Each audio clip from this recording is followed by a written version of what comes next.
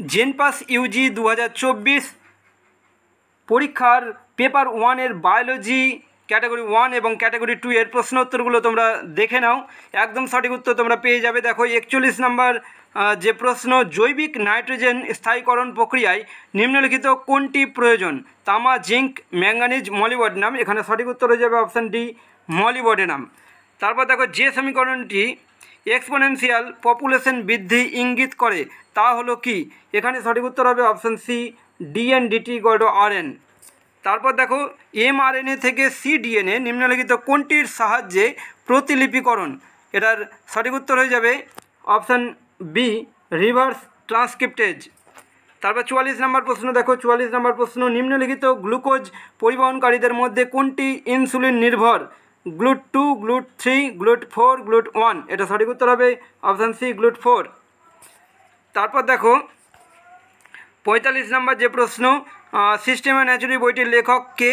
খুবই সহজ প্রশ্ন, এটা সঠিক উত্তর হচ্ছে অপশান সি, লিনিয়াস।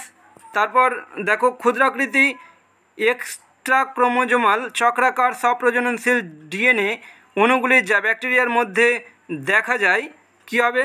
এটা উত্তর হবে অপশান বি, প্লাজমিডস। তারপর 47 নম্বর প্রশ্ন দেখো, একবীজপত্রী উদ্ভিদের ফ্লোয়েমে নিম্নলিখিত কোন উপাদানটি অনুপস্থিত থাকে? এখানে দেখো সঠিক উত্তর হবে অপশান বি, ফ্লোয়েম প্যারেনকাইমা। তারপর 48 নম্বর প্রশ্ন, টেলোমিয়ার সম্পর্কে কোন উক্তিটি ঠিক নয়? টেলোমিয়ার সম্পর্কে কোন উক্তিটি ঠিক নয়? অপশান এতে ছিল টেলোমিয়ার ক্রোমোজোম প্রান্তকে রক্ষা করে, এটা ঠিক। তারপর টেলোমিয়ার ক্ষয়ের কারণে বার্ধক্য হয়, এটাও ঠিক। তারপর টেলোমিয়ার ইউনিক জিনগুচ্ছ থাকে, এটা ভুল হবে, ঠিক আছে। আর টেলোমিয়ার ডিএনএ পুনরাবৃত্তিমূলকভাবে থাকে, এটাও ঠিক হবে। তাই এখানে বলছে কোন উক্তিটি ঠিক নয়, এখানে সঠিক উত্তর হবে এটা অপশান সি, টেলোমিয়ার ইউনিক জিনগুচ্ছ থাকে এটা। দেখো 49 নম্বর প্রশ্ন, নিম্নলিখিত গাছগুলির কোনটিতে ঠেস মূল দেখতে পাওয়া যায়?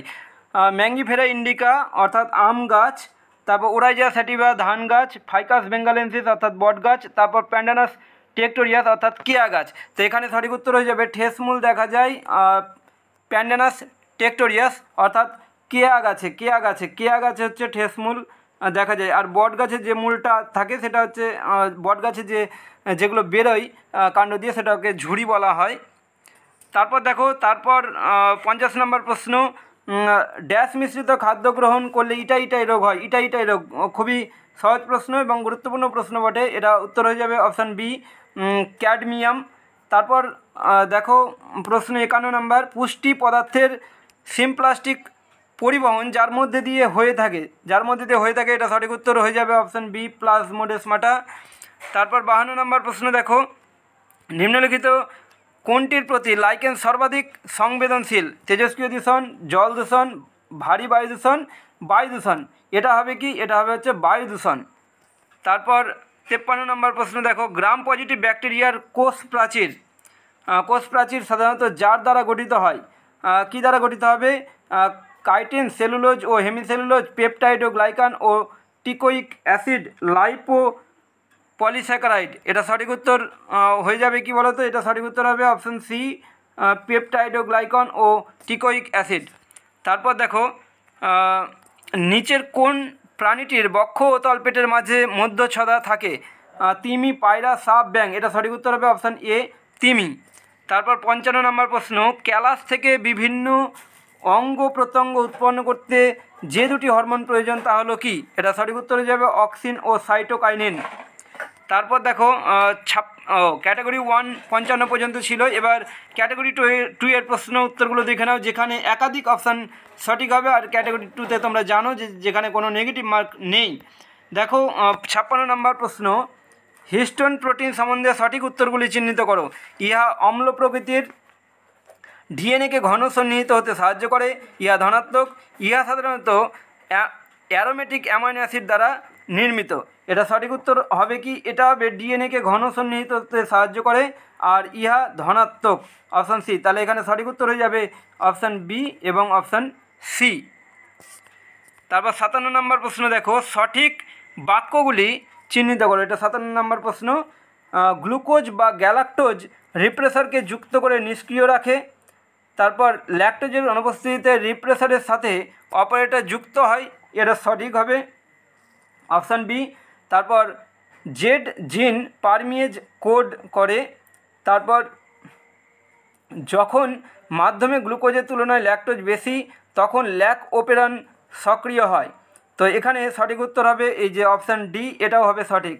তাহলে সঠিক উত্তর হলো কি? সঠিক উত্তর হলো অপশান বি এবং অপশান ডি। তারপর 58 নম্বর প্রশ্ন দেখো যে নিম্নলিখিত কোন ধরনের রক্ত একজন এ পজিটিভ রক্ত গ্রুপ গ্রহীতার দেহে প্রবেশ করানো যাবে? এখানে সঠিক উত্তর কী হবে? এ পজিটিভ হবে, ও পজিটিভ হবে, ও নেগেটিভ হবে। তাই সঠিক উত্তর হবে এ, সি এবং ডি। তারপর দেখো বিটি তুলা অর্থাৎ বিটি কটন তুলা মানে বিটি কটন হলো কি? এটা কি হবে দেখো, এ একটি জিনগতভাবে পরিবর্তিত গাছ হবে, এটা একটি জিনগতভাবে পরিবর্তিত গাছ। তারপর একটি পতঙ্গ প্রতিরোধী গাছ, এটাও হবে। তারপর সমস্ত কীটনাশক প্রতিরোধী হবে না, সমস্ত কীটনাশককে প্রতিরোধ করে না। তারপর হবে একটি ব্যাকটেরিয়া ঘটিত জিনের প্রকাশ ব্যবস্থা, এটাও হবে। তাহলে এ বি ডি এক্ষেত্রে সঠিক হবে, এ বি ডি এক্ষেত্রে সঠিক উত্তর হবে। তারপর দেখো 60 নম্বর প্রশ্ন যে নিম্নলিখিত কোন গ্যাসগুলির কারণে প্রধানত গ্রিন হাউস এফেক্ট হয়ে থাকে? কোন গ্যাসগুলির কারণে প্রধানত গ্রিন হাউস এফেক্ট হয়ে থাকে সেটা দেখতে হবে। তো অপশান এতে CH4, CO2 এবং NO2, অপশান বিতে CFC, অপশান সিতে SO2, অপশান ডিতে আছে CO। এখানে সঠিক উত্তর হয়ে যাবে অপশান বি CFC এবং অপশান ডি CO। তো দেখলে তোমরা যে ক্যাটাগরি 1 এবং 2 বায়োলজি জেনপাস ইউজি পেপার 1-এর যে বায়োলজির প্রশ্ন উত্তরগুলো তোমরা দেখে নিলে, তোমরা কমেন্টে জানাবে কার কত নম্বর থাকছে। এখন এই পর্যন্তই, দেখা হচ্ছে পরবর্তী ভিডিওতে। Thank you so much.